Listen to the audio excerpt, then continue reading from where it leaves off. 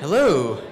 All right. Well, good evening, ladies and gentlemen. Thank you all so much for coming tonight. We're going to begin our program. My name is Grant Wolf. I'm the chairman of the chapter of Young Americans for Freedom here at SMU, and we're so thrilled that you're all here to share in this event this evening as we host Dinesh D'Souza in this lecture sponsored by Young America's Foundation. Before we officially begin, I'd like to thank a couple of people who helped make this event possible this evening. Thank you, first off, to Young America's Foundation for their ongoing sponsorship of this lecture series and for their support of our chapter. For decades, YAF has stood courageously side by side with conservative students on college campuses around our country. From the earliest days of William Buckley and Barry Goldwater through the Reagan years to the front lines of the battle of ideas on college campuses today, YAF's provision of resources, guidance, and constant encouragement to conservatives on campus ensures that the coming generations of young Americans continue to be inspired by America's founding ideas of individual liberty, limited government, free enterprise, and a strong national defense. I'd also like to thank the members of our YAF chapter here at SMU and to my executive board in particular for all of their hard work in helping to put this event together. Drew Wicker, Whitney Babin, Arch Brook, Gianna Rizzo, John Bucas. Can we get a hand for those guys? And for all of our chapter members who dedicated their time today and in the weeks previous to help make this event happen. Thank you guys all so much. And a final word of thanks to all of our local donors between the Dallas Republican Party, the Dallas Republican Assembly, and others for helping us spread the word about tonight about Dinesh all across Dallas-Fort Worth. At this time, I'd like to introduce my colleague, Whitney Babin. Whitney is one of our marketing and communications officers, and she's a senior majoring in mechanical engineering, and she'll be leading us in the Pledge of Allegiance. Hi, everyone. I'm Whitney. Please stand as we get ready for the pledge. I pledge allegiance to the flag of the United States of America and to the republic for which it stands, one nation, under God, indivisible, with liberty and justice for all. Thank you. You may be seated.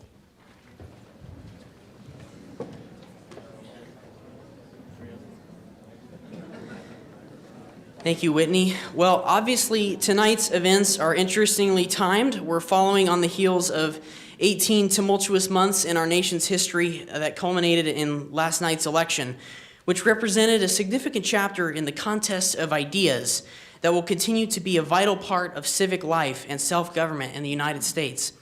I want to remind us all as we go forward tonight and in the weeks coming that the robust challenging of political perspectives and counter-perspectives is the building block and the foundational hallmark of a free society.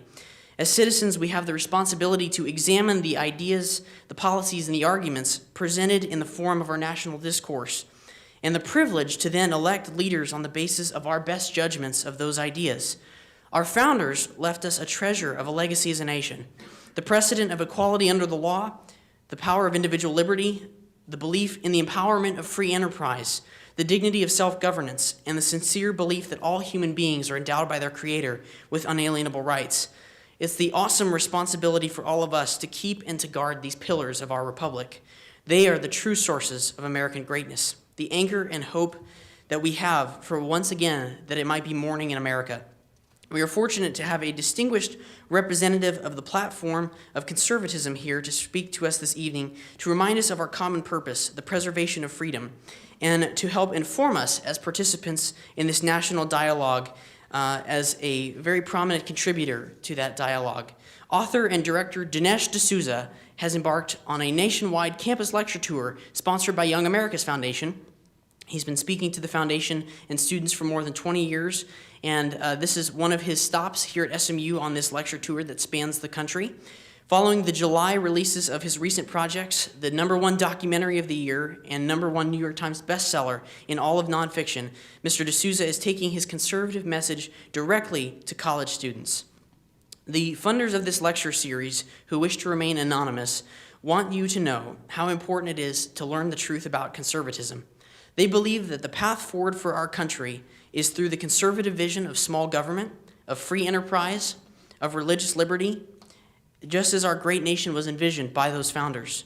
They wish to emphasize that it is critical for young people to be active participants in enacting and preserving that vision by promoting conservative ideas on campus and in the larger world. And one of the most important ways of doing so is by attending lectures like this one tonight. Dinesh D'Souza has had a 25-year career as a writer, a scholar, and public intellectual. He was formerly a policy analyst in the Reagan White House. Mr. D'Souza also served as the John M. Olin Fellow at the American Enterprise Institute and the Robin and Karen Rishwain Fellow at the Hoover Institution at Stanford University. He served as the president of the King's College in New York City from 2010 to 2012. He's been called one of the top public policy makers in the country by Investors Business Daily. He's also become known as a major policy influencer through his writings. He's written numerous critically acclaimed books, including his most recent works, including America, Imagine the World Without Her, and Hillary's America. Mr. D'Souza's articles have appeared in almost every major publication in our country, including the New York Times, the Wall Street Journal, and the National Review. And he's a frequent political commentary guest on many TV programs, including The Today Show, Nightline, The NewsHour on PBS, The O'Reilly Factor, Hannity, and Bill Maher. And most importantly, Mr. D'Souza is a great American patriot who loves this country very dearly. And so it's my pleasure and honor to introduce to you this evening Mr. Dinesh D'Souza.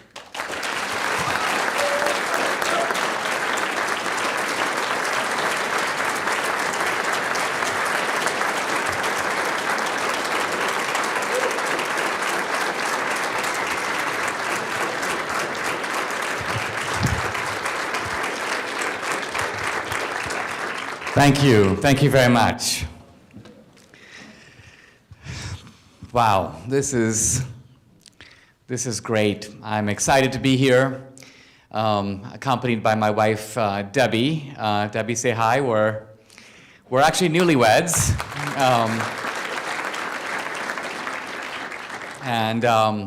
If you've seen the movie Hillary's America, how many of you have seen the movie, by the way? Wow, this is great. No wonder Trump pulled it off.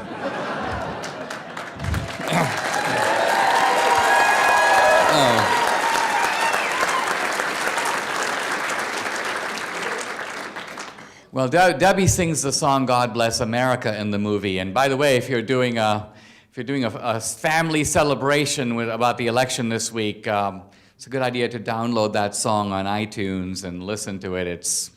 It's very inspirational. I also want to acknowledge a very special guest in the audience. This is Rafael Cruz, Pastor Cruz. Are you here, Rafael? Can you raise your hand and say hi?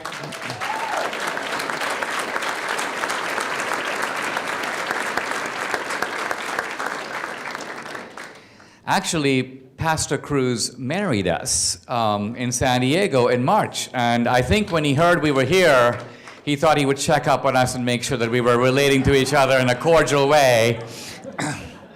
So, now, thanks to the Young America's Foundation for having me. This is actually a very historic moment. And I don't say that lightly because one can speak in a cavalier way about history being made. But today is actually an historic day. It's an historic day for the country, which is a much bigger deal than an historic day for any of us individually. It was a historic day for me in 1978 when at the age of 17, I left my home country of India and arrived on the shore of America. That was an important day for me. In some ways, that was my July 4th, my Independence Day, if you will, because I kind of knew, without having thought about politics at all, I kind of knew I was leaving the margin of the world and coming to the center. I knew I was coming to a country where if I stayed, I would be able to be the architect of my own destiny. America is a country where we are in the driver's seat of our own life, where your destiny isn't given to you so much as constructed by you. So I knew even then intuitively that my life was going to be different from that moment on. But while that was an important moment for me, it wasn't an important moment in general. This is an important moment in general, not just because we've had an election, not because of the broad rhetoric about the country being at stake and us losing America forever. It's really that we're seeing a tectonic shift in American politics. American politics is a one-party system. And what I mean by that is that for all of American history, we have typically had one dominant political party and an opposition party that essentially keeps the majority party in check. Ever since the founding of the Democratic Party by Andrew Jackson in the 1820s, the Democratic Party was the majority party for about 40 years, until the Civil War. After the Civil War, the Republican Party, the new Republican Party, which had just won the election of 1860, became the majority party from 1865 until 1932, all the way to the New Deal. This is not to say that if you're the majority party, the other side can't win. It can win, but if it wins, it's going to be carried by your tide.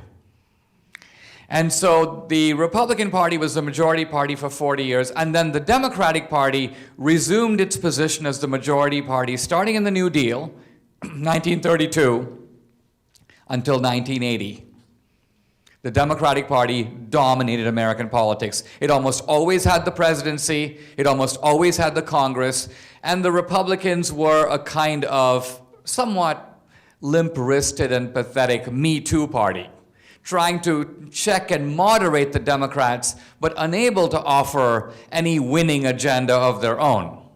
Now, between 1980 and now, American politics has been anomalous in that it has been divided. We have had essentially divided government in which neither side had a kind of clear majority. Even in the Reagan era, Reagan for the most part had the presidency, but he never had the Supreme Court and he never had the Congress. He briefly had the Senate, but not both houses of Congress. Now, Reagan was powerful enough that he was able to get legislation through, even with a Democratic Congress, but nevertheless, in the entire Reagan era and the subsequent Bush era, now Clinton is a very good example of a Democrat pulled by the Reagan tide. I'm talking here about Bill Clinton. And then we've entered the age of Obama, and Obama's dominated American politics at the presidential level for 8 years. But notice that in the midterm elections, Republicans won strong victories, thus checking Obama. And so ever since Obamacare, in the very beginning of Obama's first term, Obama has not been able to get any significant legislation through. And the Supreme Court has been precariously balanced pretty much in the middle. It should be a Republican court because the majority of the nominees are Republicans.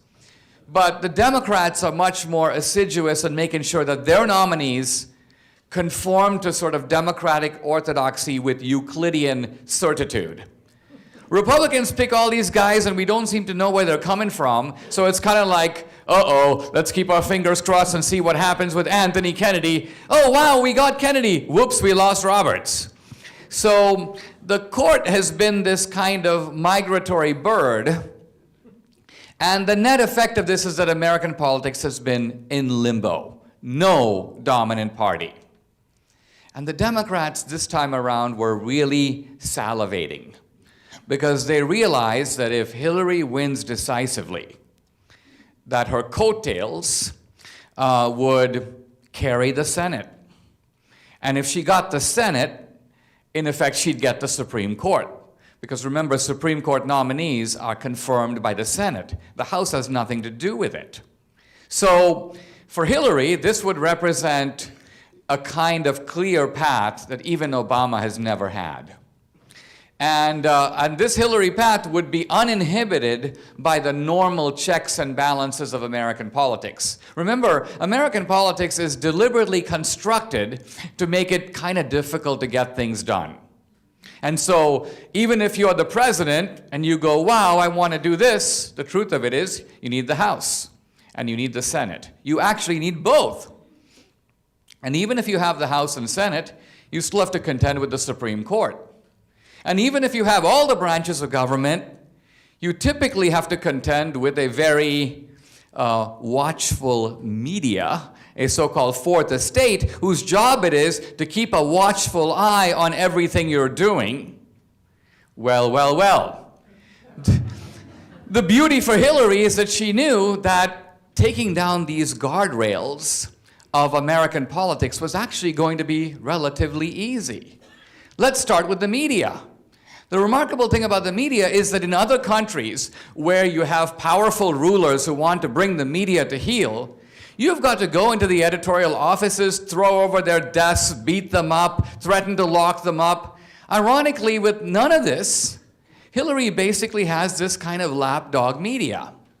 And by lapdog media, I mean, I'm not talking about the obvious fact that, gee, you know, we all have unconscious biases and we can't help them seeping into the way we write. I'm talking about people egregiously violating basic journalistic ethics. Pretty much the only investigative journalism we've been seeing in America in the last year has come from WikiLeaks.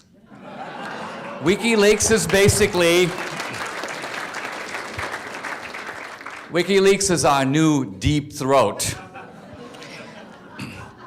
And but if it wasn't for WikiLeaks, people say, well, WikiLeaks is in league with the Russians and so on. Look, I would much rather get all this investigative stuff from the New York Times and CBS News. But I can assure you that if the New York Times reporter was the only guy standing present when Hillary fell headlong into that van, that article would never have appeared in the New York Times the next day. These are people feeding articles to the Hillary campaign to edit. These are people colluding with the Hillary campaign, basically saying things like, give us questions to embarrass Trump. These are people who are feeding debate questions in advance. So this whole election cycle, even before yesterday, you know, there was already one big loser, the credibility of the mainstream press. And because I think even to the outside guy who's not that political, you could basically see the media huffing and puffing to drag this crooked hag across the finish line. They were trying to do that.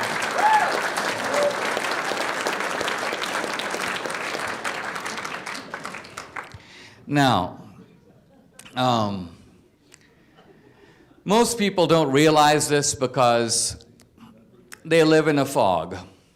And if you think about American politics, it's very difficult because most people in this country don't pay attention to politics. Maybe most of us in this room do, but we're abnormal. It's kind of like when my daughter was 8 years old, and I'd sometimes be with a group of her friends, or we'd be riding in the car, and they'd be listening to some extremely weird music. And I would realize that for a few moments, I would sort of parachute into that planet of, you may call it tween weirdness, and I would sort of pay attention for a few seconds and then happily tune them out for the rest of my life.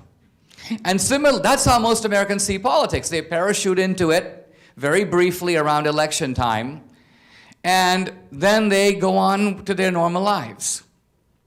And most people don't get information directly. You get it through the filter of the media. So the media plays a critical role. That is part of what makes what happened yesterday so startling. Because on Hillary's side, you had a terrifying array of forces. Forces so formidable that to any normal person it would seem impossible that anyone could have beaten her. You had not just the media. You have the media, Hollywood, and academia. So these are the three biggest megaphones of our culture. And the strength of them is that they ricochet on each other. They refract each other's messages.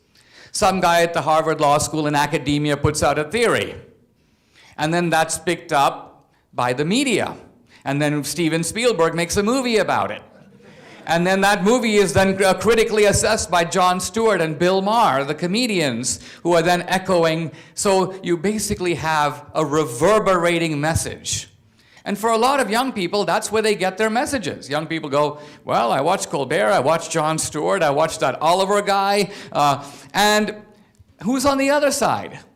Nobody, nobody, and nobody. So, and then not only do you have this bizarre, mercurial character, Trump, but he's got a full 1/3 of his own party against him. So apart from Hillary's massive lead in resources, this is worth commenting on because historically the Republican Party has been the party of successful people. It's been the party of the rich guys. And as people became rich in America, they would generally vote Republican. There was almost no exception to this rule. My former colleague Irving Kristol used to say the Jews are the only people in America who earn like Episcopalians and vote like Puerto Ricans. But only them. Every other group, as you accumulate some dough, you basically defect to the Republican Party, but not now. Now the Democratic Party raises more money than the Republican Party. A typical CEO or high-tech mogul is more likely to be Democratic than to be Republican. So this is all the inbuilt advantages of Hillary. And here's Trump, this outsider, who walks into American politics like a bull in a china shop, seemingly have no idea how it's done, not only somewhat unprepared, but not even apparently seeing the need to prepare. Somebody with an ability to throw an unbelievable knockout punch, but his own supporters always fearing that this knockout punch might knock him out. So this is our candidate. And as you know, the stalwarts of the Republican Party don't show up at the convention. Some of them publicly announce they're not for Trump. So we now come to the remarkable question, which I'm going to answer in a moment. What really happened? I mean, how did Trump pull this off? You could literally see the dazed expression on the faces of, well, we watched CNN. So,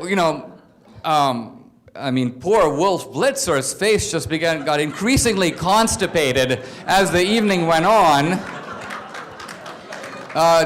John King was in a virtual daze. I think even this morning he was searching for, phantom votes that Hillary might be able to eke out in Michigan or Pennsylvania.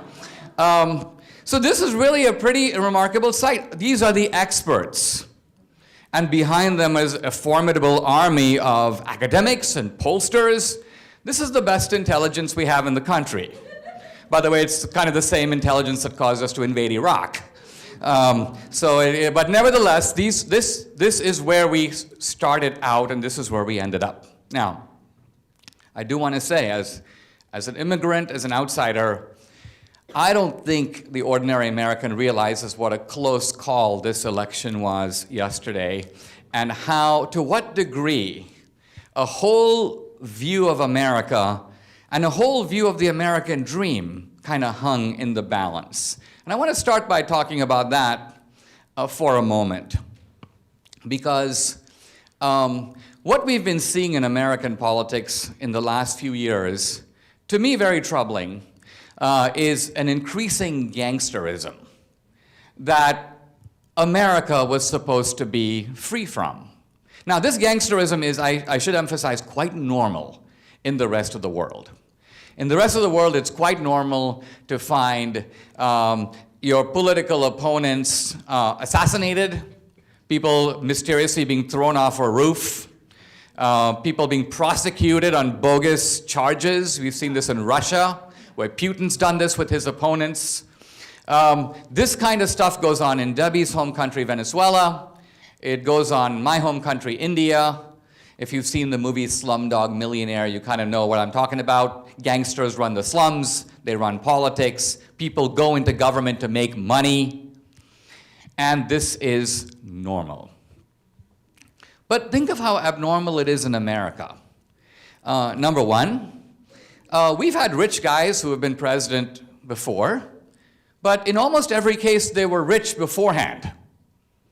JFK was rich, but he didn't get rich off the presidency. FDR was rich, but he was rich before. Now, contrast this, for example, with Bill and Hillary Clinton. They not only came to office broke, but Hillary says they left the White House broke. She's somewhat exaggerating because she had a $6 million contract in the wings, but she is right that they had all these legal bills. Now, the legal bills admittedly were due to their own actions. Bill Clinton had to fork over 800 grand to Paula Jones for exposing himself. They had whitewater legal bills for attempted shenanigans that went back to their Arkansas days. But nevertheless, yes, they were technically broke. And yet, these guys, between the year 2000 and let's say now, went from $0 to $200 million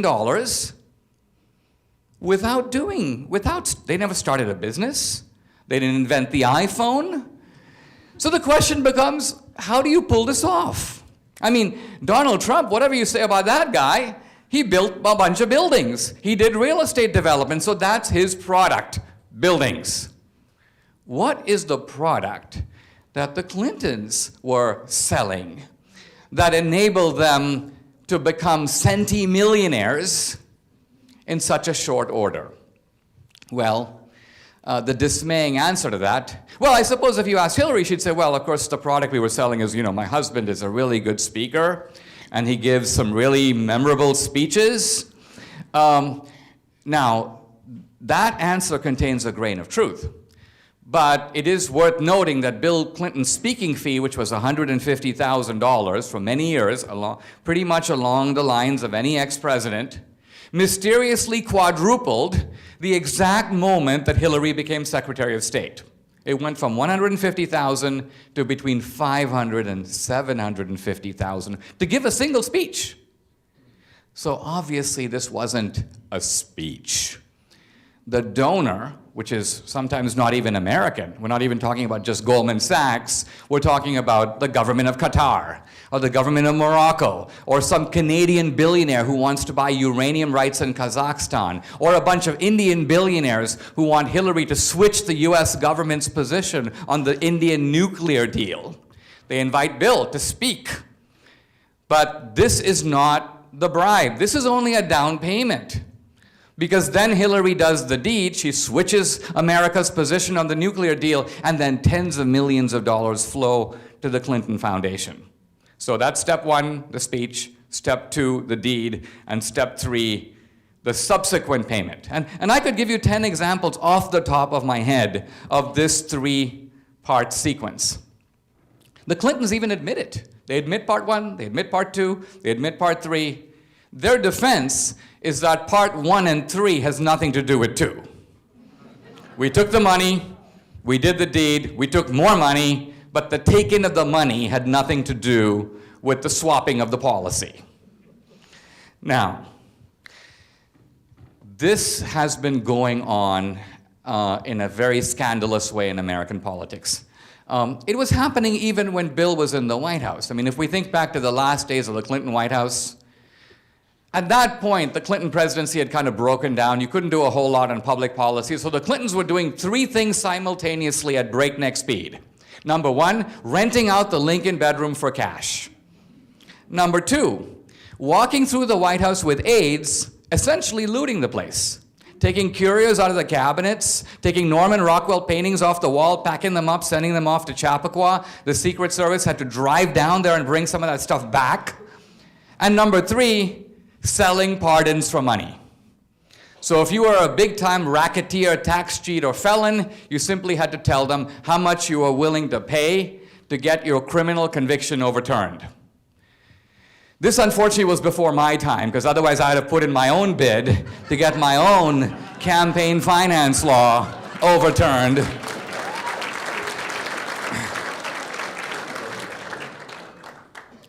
So, now look. My worry going into this election was simply this. We have had corruption in American politics before, but not at this level. Typically, it's local. I mean, you have Tammany Hall in New York, the Daily Racket in Chicago, but we've never had a Secretary of State even accused of renting American foreign policy to the highest bidder. And now, I could go on with this, but people say, well, gee, but what about Trump? What about Trump? Well, I think in politics we always make a distinction between the private man and the public official. So it could very well be that you did all this bad stuff in your private life and you said all these horrible things 10 years ago on a bus and you did this and you did that. But those are not violations against the public trust or the public treasury. The important point is that the Clintons have been standing as custodians of our money and, in terms of policy, our honor. And that should not actually be up for sale. Now, on top of this, as I researched the movie, Hillary's America, and the book, I realized that there's a whole untold story about the Democratic Party that needs to be told. Why? Because A, it's never been admitted, and B, not only does it depart from the official story of the Democratic Party, it is the direct opposite of what the Democrats say about themselves. So the Democrats say we're the party of the ordinary guy. We're the party of the little guy. We fight for women. We fight for Latinos. We're the party of minorities. Who do you think did the civil rights movement? We did. Now, this self-description of the Democratic Party is a huge lie. The Democratic Party is the deadly enemy of the common man. It has been the lethal enemy of blacks. It has been the oppressor of Latinos and other immigrants. It has been the thwarter of women's suffrage and women's rights. Far from doing the Civil Rights Act and movement of the 1960s, the Democrats were actually the opposition to the civil rights movement of the 1960s. And if there were no Republicans around, if the Democrats were the only party in the House and the Senate, none of those laws would have passed. Not the Civil Rights Act of '64, not the Voting Rights Act of 1965, not the Fair Housing Bill of 1968, none of it. The Democratic Party is actually the party that threw the American Indians off their land and did the infamous Trail of Tears. The Democratic Party for 50 years was the upholder and defender of slavery, and defended it not only in the South, but also in the North. Stephen Douglas, the senator from Illinois, was the public defender of slavery in the North. And after slavery, the Democrats became the party of white supremacy, of segregation. Every single Southern segregation law, without exception, was passed by a Democratic legislature, signed by a Democratic governor, enforced by Democratic officials, sheriffs, and so on. The Democratic Party is the founder and reviver of the Ku Klux Klan. Virtually every Klan leader for 100 years is a Democrat. Virtually every one of the thousands of blacks and white Republicans lynched by the Klan was lynched by a Democrat. This is the actual history of this party. Democrats opposed women's suffrage for 30 years. They tried to block it in the Congress, where they lost, and then they tried to block it in the states, where they lost again. Now, like I say, it's one thing to do bad stuff in the past. All we ask today is that if you did that, and if your party is responsible, admit it, acknowledge it, take responsibility for it, apologize for it, and perhaps pay a few pennies of restitution because we live with the present effects of past injustices. The Democrats have never done this. Never. So, then you come to the question of if that's true, Dinesh, if what you say is true. And by the way, in the movie, I make all kinds of statements, almost off the cuff, that have taken audiences by surprise. I say, for example, in the movie that in 1860, the year of the Civil War, no Republican owned a slave. All the slaves in the United States, and by the way, we're talking about 4 million slaves, were owned by Democrats. Now, this is what you call fighting words, because it's a scientific claim that is eminently refutable. All you have to do is give me a list of 5 Republicans who own slaves, and I'll have to take it back. But no one has been able to do that because there aren't any. So the point I'm trying to make is, how does a party that has been implicated in the most vicious crimes of American history avoid having to admit it? How do you fool the public like this? How do you fool smart young people in a university setting? Well, the answer is you do it by shifting the blame onto someone else. And so in slavery, the Democrats, after the Civil War, shifted the blame onto the South. They made it seem like the slavery debate was between the anti-slavery North and the pro-slavery South. But that's not true. Most Southerners didn't own slaves. Most Confederates didn't own slaves. As I mentioned, the Northern Democratic Party was as determinedly pro-slavery as the Southern Democrats. So the real slavery debate was between the anti-slavery Republicans and the pro-slavery Democrats. But after the war, the Democrats rewrote the history books to put the full blame on the South, where it rests squarely today. So what the Democrats do is, for all this stuff, from segregation to lynching, they go, we blame the South. We blame the white man. We blame America. America did this. America did that. America interned the Japanese Americans very unjustly after World War II, or during World War II. America? No, America didn't do it. If America did all this stuff, it would still be going on. Obviously, some Americans did it, and other Americans stopped them. So who interned the Japanese Americans in World War II? FDR. So my point is that what we need to try to place responsibility not on some generic America, but on the actual bad guys who did actual bad stuff. And that's what we do in the movie, and the effect of it has been dramatic. I say dramatic to this degree. I mentioned earlier the media. Do you realize, so here's Hillary's America, the #1 political film of this year, in the top 10 political documentaries of all time. It's pretty cool. We've sort of left poor Michael Moore in the dust on this. Yeah. Because he's been sort of the king of the genre. But today, poor Michael Moore, he made a movie on Trump. Couldn't even put it in the theaters. So he got it in one theater in New York. But even then, he didn't even sell tickets. It was free. So you just line up and walk in to see the movie. Now, the point I want to make about all this is simply this, that the Democrats have managed to camouflage their history, and when it's pointed out, I pivoted my own career from being a writer and speaker to being a documentary filmmaker because I wanted to have a megaphone to contradict the megaphones on the other side. But you'll notice that this movie, Hillary's America, if you've been only watching ABC, CBS, NBC, CNN, MSNBC, and NPR, you would not know that this movie exists. It's never been mentioned. Why?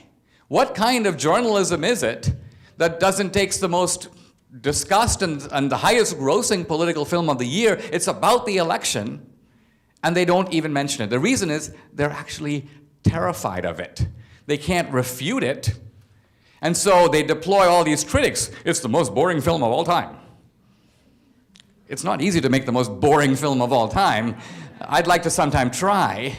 But if you go on Rotten Tomatoes, the critical site, very interesting. Our film gets 3% from the critics and 85% from the audience. The actual ticket-buying audience. I've never seen so dramatic a spread between critical reviews, obviously designed to bury the film, and actual viewers who really like it. Now, this is a little bit of our history. And part of what I'm saying is that for me, Hillary's America represents a more gangsterized America. Much more than Obama. Obama's an ideologue at the end of the day, and whether you agree with him or not, he has an ideological vision of America and the world. The Clintons are really more like Bonnie and Clyde. These guys, if you've read Mark Twain's Huckleberry Finn, they're like the Duke and the Dauphin, two scam artists making their way through the South, running cons and scams on gullible people. And the Clintons have prospered doing this, and they've had huge collaboration. I mean, the big difference between me and Hillary is I don't have the FBI in my back pocket. I don't meet with, Loretta Lynch on the tarmac. One of the things I discovered when I was in forced confinement, and by the way, I think I've never abstained from admitting that I exceeded the campaign finance law. I did break the law. But justice is also a matter of, does the penalty fit the crime? The other guys who did the same thing get the same penalty. It turns out that no American has ever been locked up for doing what I did. In a case involving $20,000. Remember, you can go to an Obama fundraiser and write a $25,000 check straight out. So there are 20 legal ways to give. No one in giving 20 grand in a case not involving corruption. I gave the money to a college friend of mine who was running for the Senate. It was the first time I contributed a political contribution, and I never even told her about it. So there was no question of me trying to buy an appointment or get something out of it. That was never even alleged. Now, but when I was in confinement, a lot of these convicts, and it was actually quite amusing because they'd ask me what I did, and I would try to explain. But what they would say is, you know what? Most of us in here were the small fry. All of us did drug smuggling, cocaine, petty trafficking, this and that. So we're locked up, but you notice that the big fry are out there. They never get locked up. And the system doesn't even go after them. Why? Because they're too well connected in it. And now, given what I know about American politics and given what we see, and our film, by the way, came before all these WikiLeaks revelations. And these WikiLeaks revelations are just a sort of startling confirmation, pieces of a jigsaw puzzle. Now, let me return to the question I raised earlier. If we've narrowly dodged a bullet, if we've narrowly dodged the Hillary's America specter, if this is a nightmare not made but prevented, how did that actually occur? How did this unlikely fellow Trump? I mean, even Reagan. Now, by the way, people did say a lot of the same things about Reagan. He's a cowboy. He's insane. He's gonna blow up the world. But nevertheless, Reagan had been governor of California for 2 terms. Reagan did have a history in politics, which Trump doesn't. Trump, by the way, is the first president to come out of nowhere to the White House since Eisenhower. And Eisenhower was the supreme commander of World War II. So how do you do this? I think the answer to it is twofold. The first, the substantive reason, is that Trump figured out a deep Achilles heel in the Democratic coalition, and the Achilles heel is the white working class. Now, the funny thing about the white working class is that every time you traipse across campuses in the country, you meet professors of sociology and Romance languages who profess to be champions of the working class. But this working class that they champion is purely theoretical. They've never actually met a working class guy. And so this working class exists in their imagination. It exists in the works of, Karl Marx's manuscripts. Now, the Republicans have been courting this working class, which was in the 80s called the Reagan Democrats, with, I would say, only limited success. Why? Because the Republicans always tried to win the working class on social issues. So the Republicans realized that this white working class is predominantly Christian, it's gun-owning, it's socially conservative. These are people who are not very happy with abortion. They like law and order. And so the Republicans would appeal to these social values and hope that these social values would override the economic considerations of the working class, which would incline them to vote for the Democrats. And so it was kind of a toss-up. Which is more important to you? Your social values on the one hand, or your pocketbook on the other? The genius of Trump is that his strategy was, I'm going to go after the working class on both sides of the aisle. I'm going to appeal to their values. You can't have a nation without borders. You can't have a society without law and order. Go back to the original liberal theorists. Why do we have a social compact? Why do we have a country? Why do we even have a government? Reason number 1, to protect us from foreign and domestic thugs. That's the first reason. The government has to do that first. It can then do 4 other things. But if it's not doing those things, the other things are unimportant. And so Trump appealed to those values. But at the same time, he pulled out a magic bullet, and that magic bullet is trade. Now, this is exactly what has earned Trump the enmity of many people in the so-called Republican establishment. They hate this. Why? Because they've all been reading way too much Milton Friedman. Free trade. Free trade is good. Free trade is wonderful. Yeah, free trade is wonderful. But nothing in an economics textbook is wonderful if it doesn't hit the ground in a wonderful way. And what I mean by that is, let's say we have free trade. Obviously, the logic of free trade is really simple. If you have something to sell and I have something to buy and nobody's forcing us to do it, we wouldn't do it if we weren't each better off. I would never give $2.50 to Ralph's or Safeway and take a carton of milk if, to me, that milk wasn't worth at least $2.50, because no one's forcing me to do it. So trade is in that sense inherently beneficial across the aisle. But now I give you a second scenario, which is that the Japanese come to America and sell cars without tariffs. But every time we go to Japan, they put a $4,000 tariff on our cars. So it's a level playing field over here, but no level playing field over there. Now, what does the Milton Friedmanite have to say about that? Well, the Milton Friedmanite says, that's not ideal, but it's still better to have free trade over here than to try to put tariffs, because that's only going to cause a tariff war. But see, this is Milton Friedman, a very good economist, stepping into an arena where he actually knows nothing, which is the arena of political and human psychology. The area of political psychology is you go to the Japanese and say, listen, you want free trade, we want free trade. But it's a two-way street, pal. And so if you have $4,000 tariffs on our cars, we're going to put $4,000 tariffs on your cars until you take those tariffs down. Then we will take ours down, and we will have a level playing field across the board. Now, this may seem like a violation of economic principle, but it is no more a violation than during the Civil War when Abraham Lincoln, upon learning that the Confederates were executing free blacks. Every time a free black was captured from the North, the Confederates shot him. They wouldn't shoot white prisoners who would be put into prison camps, but they would shoot the black guys. And so Lincoln said, okay, as long as the Confederates are doing that, every time we get word of one free northern black executed in the Confederacy, we will execute one Confederate soldier until they stop. Again, is Lincoln a barbarian? No, this is a war. And on war, certain rules of humanity and justice have to be observed on both sides. So the point I'm trying to make is that Trump, without probably having read Milton Friedman, I don't even know if he's heard of the guy, but he doesn't have to, because he kind of knows that countries aggressively pursue their interest.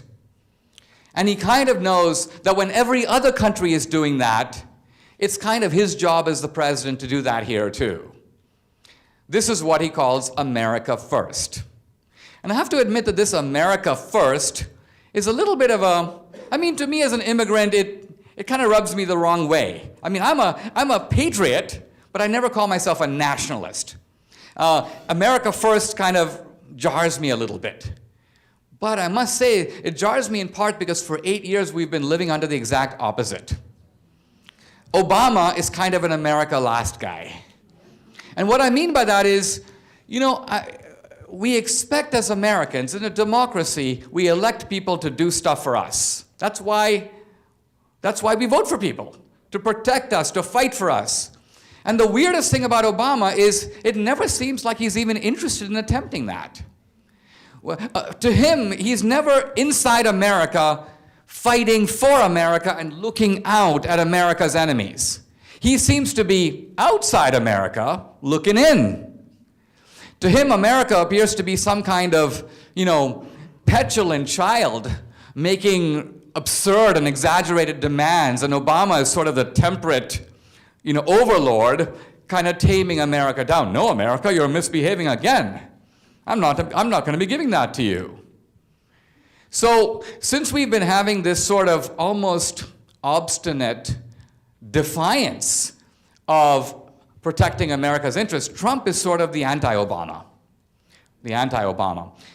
And so what's at stake here, I mean, this is why Obama campaigned so hard. It's not that Obama loves Hillary. The Clintons actually have been openly racist about Obama. They went to see Ted Kennedy in 2008, and Bill Clinton made the statement, with reporters present. He goes, a few years ago, this dude would be getting us coffee. He's talking about Obama. Obama knows about all this. You may not know, but he knows. He doesn't like them.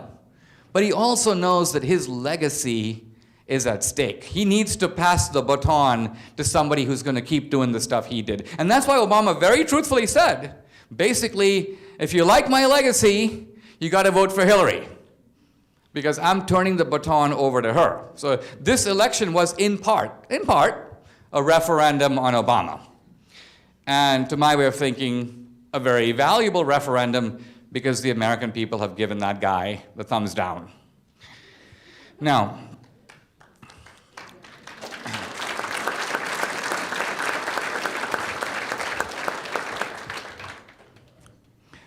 wow, I've been kind of carried away, and I've just completed the introduction to my speech. As you can see, I'm really getting into it. No, I want to pivot here because I want to leave time for questions. And so I want to talk at least briefly about the road ahead. Not just how Trump won, but what are the implications of this? Well, the implications of this is that now, for the first time, the Republicans have the possibility, as the Democrats would have had they won the election, of having three branches of government coordinated on one side, which is to say a Republican House, a Republican Senate, a Republican presidency, and a Republican court. Now, this is not going to happen overnight. First of all, there's a Scalia vacancy. This fellow who's been nominated, Merrick, whatever his name is. It's amazing how memories are so short. I can't even remember the guy's name. His candidacy is doomed, because obviously we'll have a Trump nominee. But if the Trump nominee, even if the Trump nominee is a conservative, he just replaces another conservative. So there's no alteration in the balance of the court. It remains kind of a 50-50 proposition. But if Trump gets another nominee, that then becomes a 5-4 majority tilting to the right. So the Republicans, for the first time now, can't be just the sort of party of no. They can't just be the party of why Obama and Hillary are bad. They actually have to be the party of what do we do now? And I'll just say a word about this before turning the floor open to questions. Foreign policy. It seems to me a very prudent American foreign policy would cut a middle ground between the kind of Obama allergy to American involvements abroad and the Bush overenthusiasm for deploying troops. There's a middle position that Reagan defended that he called the Reagan Doctrine. And the Reagan Doctrine is very simple. We do not fight for other people's freedom. No. They fight. We help. And so when the Soviets invaded Afghanistan with 100,000 troops, Reagan didn't send 100,000 troops to go get killed fighting them. He told the Afghans, you mobilize Muslims from all over the Muslim world. You fight. But if they send the helicopters to shoot you out of the sky, we'll give you Stinger rockets to be able to fire back. The United States would supply materials, but not men, to counter Soviet influence. So this seems to me to be a workable middle ground in dealing, because what it essentially says is, it says to the Kurds, it says to people in the Middle East, people in Iran say, oh, we're ready to launch a revolution to overthrow the mullahs. We want America to send 50,000 troops to help us. No. You want to have a revolution against the mullahs? You lead the revolution against the mullahs. You come to us and give us a laundry list of how we can help you achieve that.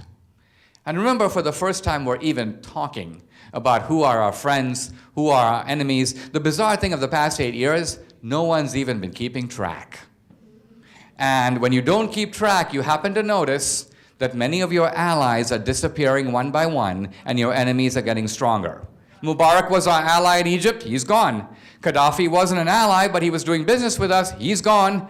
The mullahs in Iran are our enemy. Not only are they very much in power, they seem stronger and more well consolidated than ever. This is the Obama legacy. And it's not my opinion, this is actually what's been happening over the past 8 years. A word about the economy. Trump, I think, is a capitalist. He is a champion of the free market. It's obviously worked very well for him. But I think he modifies that in the sense of thinking about an economy as an economy that must benefit people. It's not like there's this organism called the economy and we have to support that. Rubbish.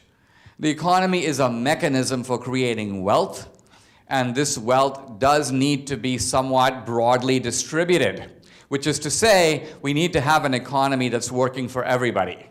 Why would some guys participate in an economy that's only working for other guys? I mean, the extreme example of that is slavery, right? Slavery is theft of another guy's labor. You work for me for free. Well, why would I do that if you weren't forcing me? So we need to have an American economy that's not obsessed with the issue of inequality, because inequalities are inherent to technological capitalism, but we need to have an economy that does work for the middle class and for the working class. And I think Trump is attentive to that, and politically that's a very good thing. You want to have a president who is looking out to make sure that the broad swath of Americans are benefiting from economic success. And third, Trump simply recognizes that in a country you need basic law and order, and you do need a border. Now, nobody can deny the legitimacy of these things who has a fence around their house. Nobody can deny the legitimacy of these things who says, my property ends over here, and you can't drive your car onto my lawn. Obama recognizes the need for a border. He recognizes the need for a wall. He goes beyond a wall. He has a highly militarized fence that surrounds his own abode with highly armed people ordered to shoot if anybody bridges that fence. That's how he lives. So how can you say that a country doesn't have that? Now, people say, well, this violates our values, this violates our traditions. No, our tradition is one of encouraging immigrants, but legal immigrants, and immigrants who assimilate to the American way of life, and immigrants who actually help us. Why on earth would any club open its membership to anyone other than the people that they want to join the club?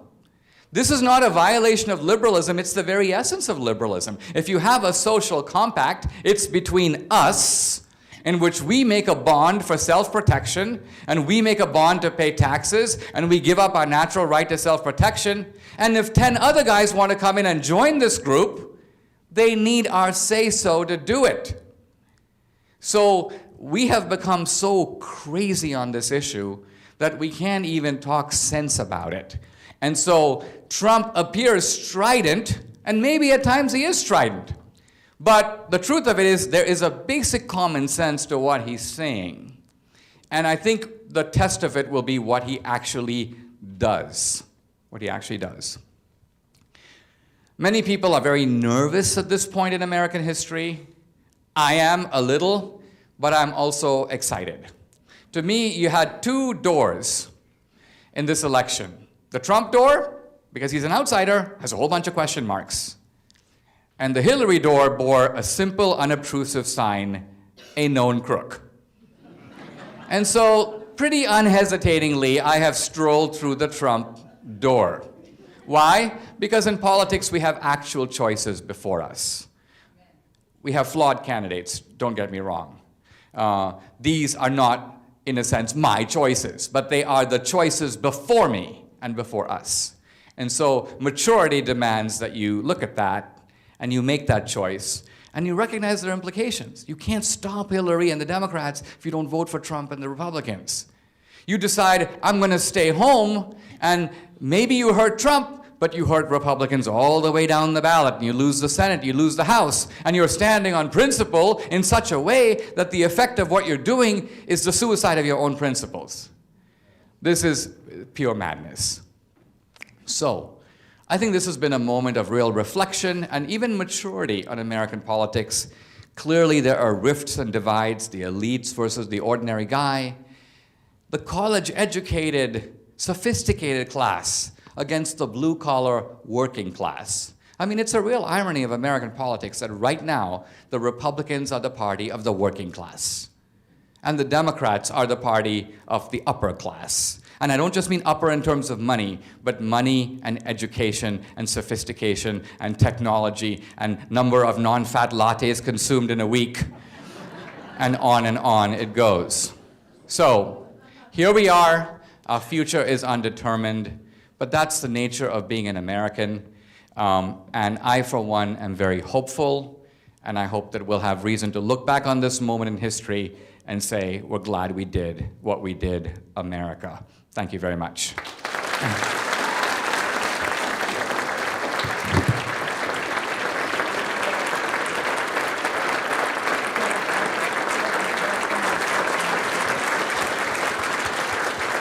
Thank you. All right, we're going to open the floor up for some question and answer time. I will be up here holding the mic, so if you would like to come and ask a question, please form a line in this direction. I do want to say we want to give priority to students and young people first to ask questions. Others, that doesn't mean you can't, but we just want to give students the priority to ask some questions of Mr. D'Souza first. Absolutely. Thank you, Dinesh, for coming, first of all. Really big fan. Watched both your movies twice, so big fan. But I want to speak on something you touched on, which is gangsterism. But there has been an insidious poison, which is political correctness, that is, I want to say, embodied and usurped campuses across the country decade by decade. I wanted to ask, what's the biggest tool or biggest mechanism we can use to slow down or even reverse that process of political correctness?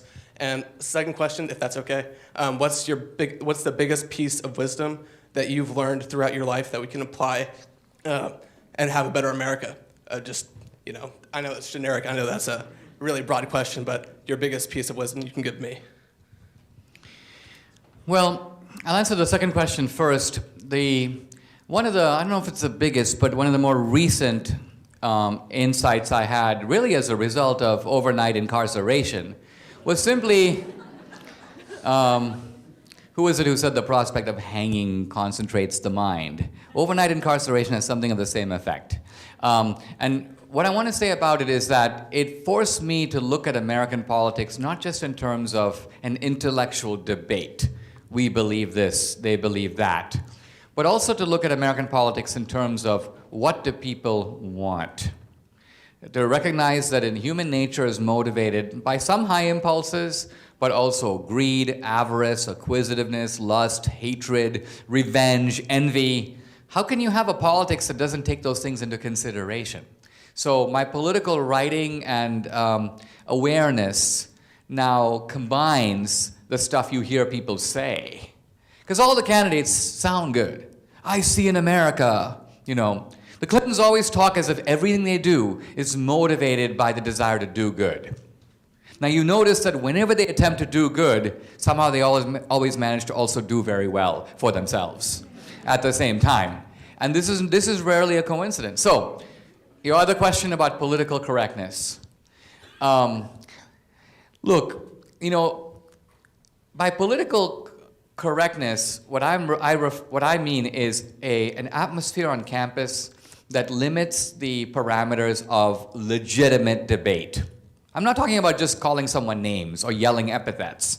I'm talking about legitimate arguments that belong on the campus, that cause people to feel uncomfortable, offended, or in some cases, fake offended. Because fake offense is a really powerful force on the campus.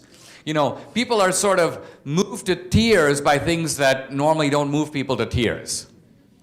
So this fake offense is a form of power. It's a little bit like, I can't believe you just said that, which immediately puts you up against the wall. And so you've got these little power moves that are made, always, again, disguised by the etiquette of morality.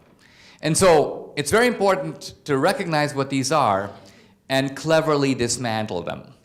And you're dismantling them in the name of real free speech. Now think about it. It's important to have free speech in a society, but it is critical to have it on a campus. No campus can function without it. And no academic education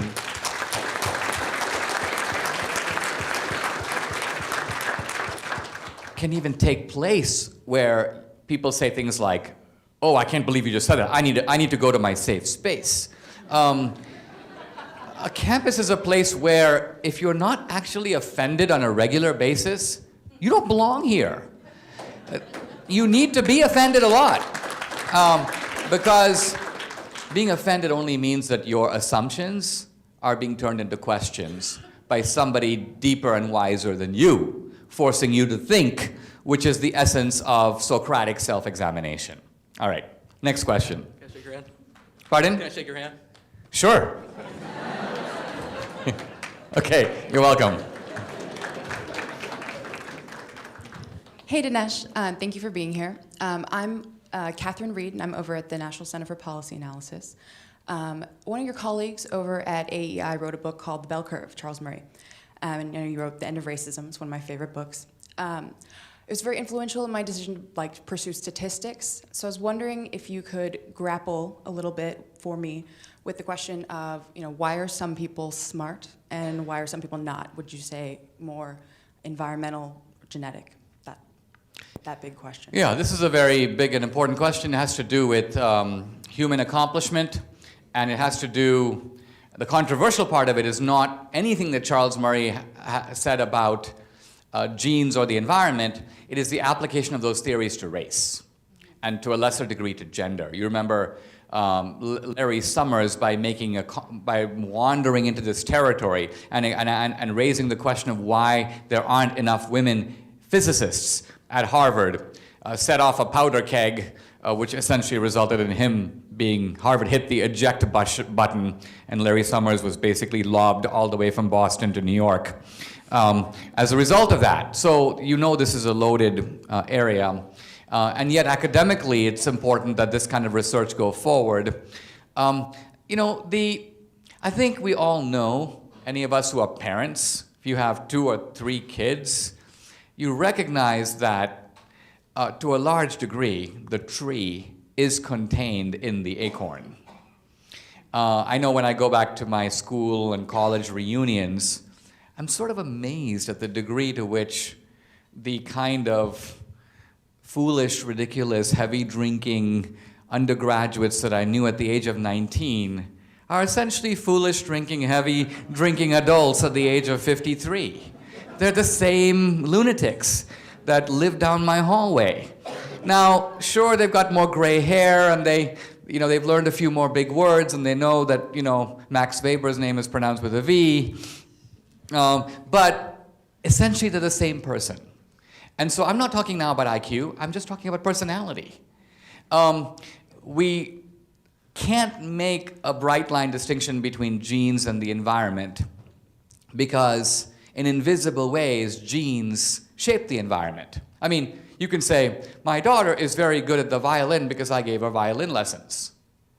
Yes, but the reason I gave her violin lessons is because when we were walking outside the symphony, she stood at the door and showed an inordinate interest in the music that was being played. And when I noticed that, I go, wow, this kid seems to like music. I'm going to give her violin lessons. So what's responsible for a musical aptitude? Genes or lessons? And the answer is, it's very difficult to disentangle those two things.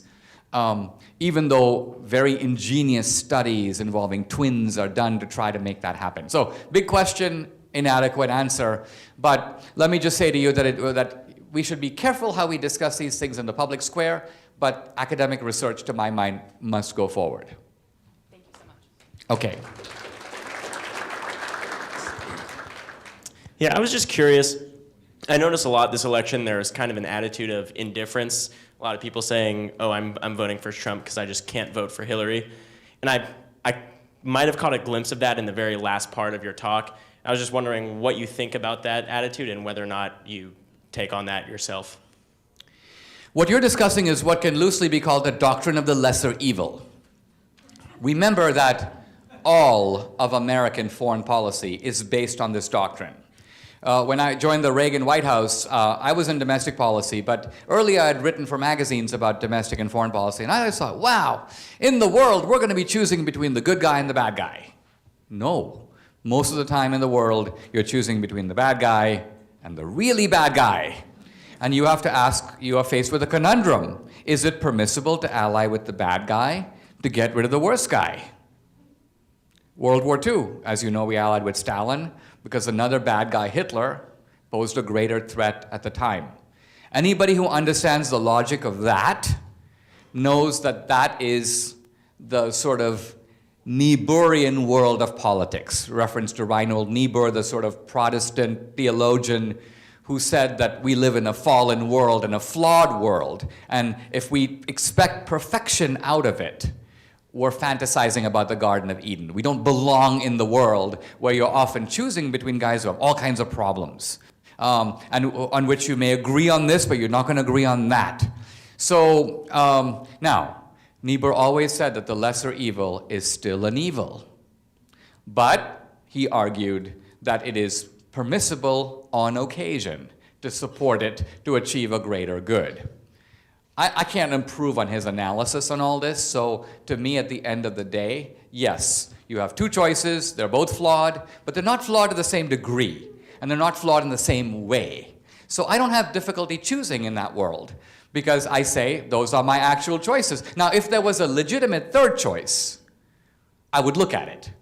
But when people invent imaginary worlds in which some third guy is going to win, and I know that the actual measurable effect of doing that is actually to help one of these two guys, and in fact, the worst of the two, then I'm on my guard, and I want to shake that guy up and at times give him a horsewhipping. All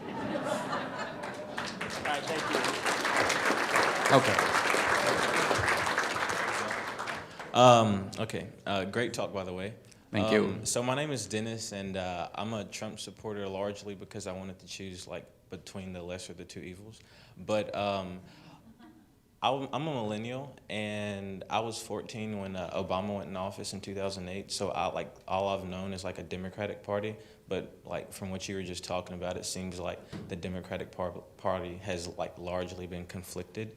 But I wanted to know, what are your top three biggest things that you're looking forward to now that the Republican Party is largely running the House, the Senate, and now the president and the courts?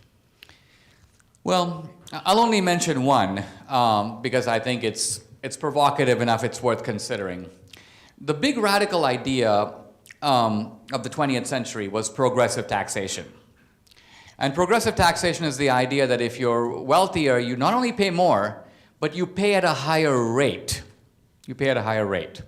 And for a democratic society, to me, this is an inherent problem because it allows vast numbers of people to vote to raise other people's taxes, right? You can go, okay, well, you know, that guy's not paying his fair share. How do you know? What is the fair share? Notice that in 8 years of the mantra, the fair share, I have never once heard any of its exponents tell me what the fair share is. I mean, if anyone claims to be a liberal, it is reasonable to ask of the liberal, in what society would you be a conservative? You want the tax rate to be higher? How much higher? It's now 39.5%. Would you be content with 50? Or do you think it should be 80? Or if it's 80, would you be pushing for 85? Where do you think this should stop, right? They never say. So I have a great solution, because we cannot set a predetermined tax rate when the country's needs may vary. So I say this: everybody pays at the same rate. Proportional taxation. Now obviously there's an exemption at the bottom, and we're not going to make people who make $8,000 pay, but we set a floor, and above that everybody pays the same. Let's just say everyone pays 15%. Now the beauty of this system is that if you want to vote to raise taxes, you certainly can, but you're also going to be raising your own. If you want to reduce taxes, you can, but it'll apply to everybody evenly. So no one gets to make the political argument rooted in envy that we have these priorities and let's catch that guy and make him pay for everybody. That won't work because taxes are going to remain at 15. You can make them 20, but then everyone's going to pay 20. That to me is a big idea, and it raises a crucial issue of justice. Which is more just, the progressive system or the proportional system? And that would be a debate worth having. Thank you.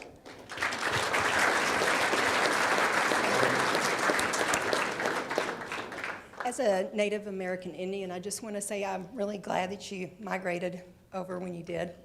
And I appreciate and consider you to be a true statesman. And I find it an honor that you can speak for me and give me a voice as an American citizen that I wouldn't have otherwise. My question for you is, you were targeted for speaking out politically, as well as Ben Carson.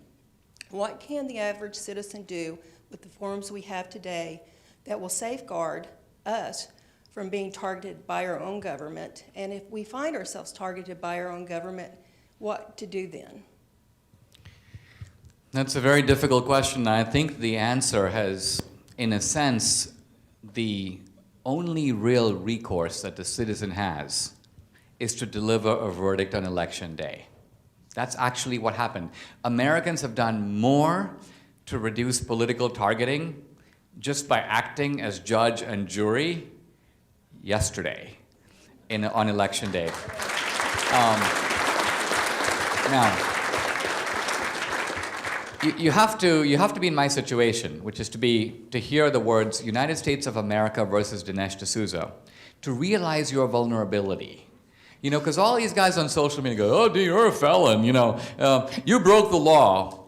And I don't know how to say to them, and I don't say to them because I can't do it on Twitter, and that is, listen, if the federal government just took randomly, you know, a coin and tossed it in the audience and landed in your lap, they, without a doubt, could charge you, based on nothing you're going to do, but what you've done already, with 3 serious felonies, which collectively would imprison you for a minimum of 5 years. I can guarantee that any individual, in fact, this is not even my idea, because prosecutors often sit around and they name famous people in history, like Mother Teresa, and they think of what are 3 felonies we could launch against her that would lock her up for 5 years. So they play this game because they know that we live in a time when federal laws are an accordion. And now that I've actually been in confinement, I know a lot more about how this operates. It has totally exploded my civics book notion of American justice. Lots of guilty people are locked up today. Prosecutors have the ability to put innocent people in prison very easily. The way they do it is really simple. They come to you, let's say you're a medical student. They say, it's come to our attention that as a young medical assistant, you prescribe pain medication to Mrs. Smith. Administering illegal pain medication is against the law and carries a maximum of 5 years in prison. Now, you can contest it and you might win. And maybe Mrs. Smith was in pain. But the issue was, nevertheless, whether she's in pain or not, did you administer excessive pain medicine? And if you did, we're going to lock you up for 5 years. However, if you plead guilty, we'll give you 6 months, and we won't take away your license, and you may have to go do something else for a couple of years, but you can eventually realize your dream of becoming a doctor. Now, my point is, any sane person, regardless of whether you're innocent or guilty, is going to plead guilty under those circumstances. And that is the way, that's not some abnormal quirk of our system. That's the normal working of our criminal justice system. So it is a very big problem in this country. And all of us, when a government begins to turn its sights on its own citizens, very terrifying what they can do. Taking me on is a very mixed blessing for the government because, number one, I have myself a big megaphone. So that's rare. Most of the other guys in confinement with me, their lives are ruined. For me, I go into confinement, I come out in the day, I write a book, I make a big movie, I stick my prison scenes in the movie. My point is, I can turn the lemon into lemonade, at least to a degree. In fact, it's to such a point that there's a view on social media that I engineered my own conviction for my own career advancement. I call this the Dinesh as evil genius theory. And by the way, I'm not entirely refuting it. I think it's kind of good to keep the evil genius theory floating out there. It's somewhat beneficial. But my point is, the ordinary citizen, totally vulnerable. And so we don't want to have governments that do that kind of stuff. Okay.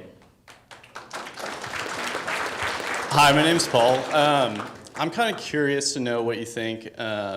Somebody that's as polarizing as Trump, who can be viewed as a reaction to Obama a media star, and then we elect a media star.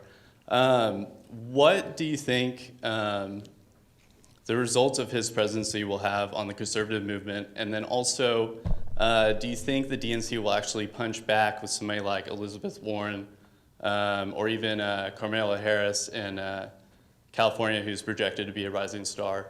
Do you think that they'll just come back in full force where somebody like Sanders will actually be considered as a legitimate candidate? Well, I won't say much about Bernie Sanders. I do think that it's possible the Democrats will pivot to an Elizabeth Warren type in the future. I don't think Trump is so much a reaction as Trump himself is a reaction of the Republican electorate to something that has happened within the Republican Party. I wouldn't worry. I mean, look, I'm as mainstream a conservative as you'll find. I was in the Reagan White House. I'm an acolyte of Bill Buckley's. I've been at the American Enterprise Institute and Hoover, the two neoconservative think tanks. I have good relations with all the different wings of the Republican Party. Now, what I'm trying to say is Trump is not trying to remake conservatism, I think, as much as he's trying to remake the Republican Party. Now, why does the Republican Party need remaking? One, because even when they have power, they seem to do nothing. That's a problem.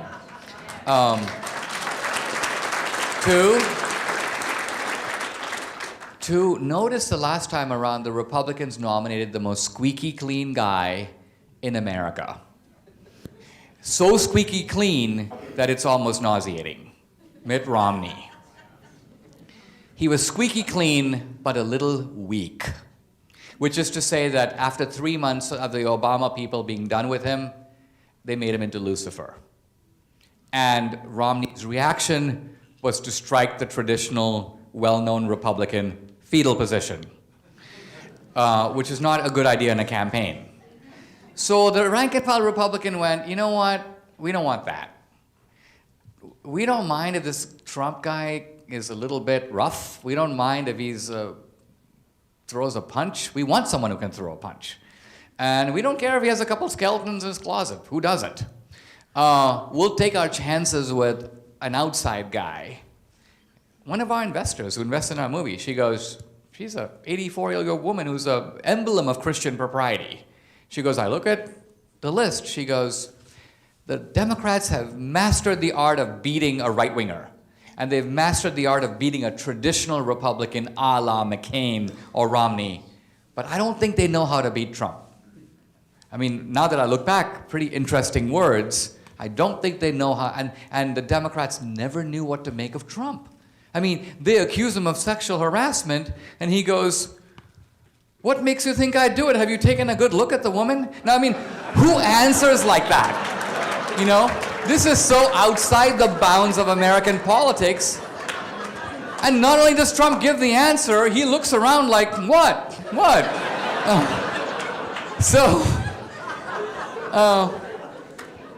He's rewritten the rules a little bit in a bizarre way.